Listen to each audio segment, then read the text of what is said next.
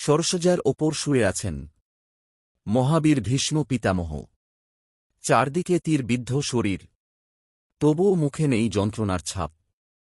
কারণ তিনি মৃত্যুর অপেক্ষায় আছেন নিজের ইচ্ছায়। কুরুক্ষেত্রের যুদ্ধ তখনও চলছে, কিন্তু ভীষ্মের চারপাশে এক অদ্ভুত নীরবতা। পাণ্ডব ও কৌরব উভয় পক্ষই শ্রদ্ধায় নত। গঙ্গার আবির্ভাব। ভীষ্ম তৃষ্ণায় কাতর হলে অর্জুন ভূমিতে তীর ছুঁড়লেন।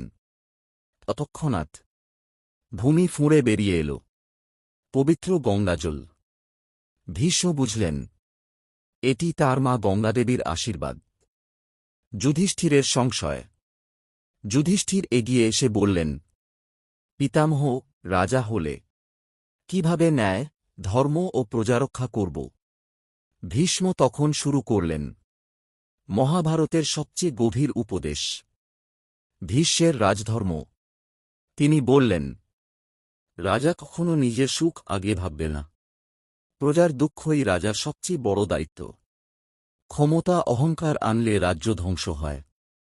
ধর্ম ছাড়া রাজত্ব মানেই অরাজকতা। তিনি বললেন, যে রাজা সত্য ছেড়ে দেয় সে রাজা নয়, সে অভিশাপ। যুধিষ্ঠির স্তব্ধ হয়ে শুনলেন। এই শিক্ষাই ভবিষ্যতে তাকে ধর্মরাজ বানাবে। মৃত্যুর অপেক্ষা। ভীষ্ম জানতেন উত্তরায়ণ না এলে তিনি দেহ ত্যাগ করবেন না। তাই সরসজায় শুয়ে তিনি অপেক্ষা করতে লাগলেন সময় আসার। তার চোখে তখন শান্তি। কারণ তিনি জানতেন কুরু বংশের ইতিহাস তার মাধ্যমেই সম্পূর্ণ হল।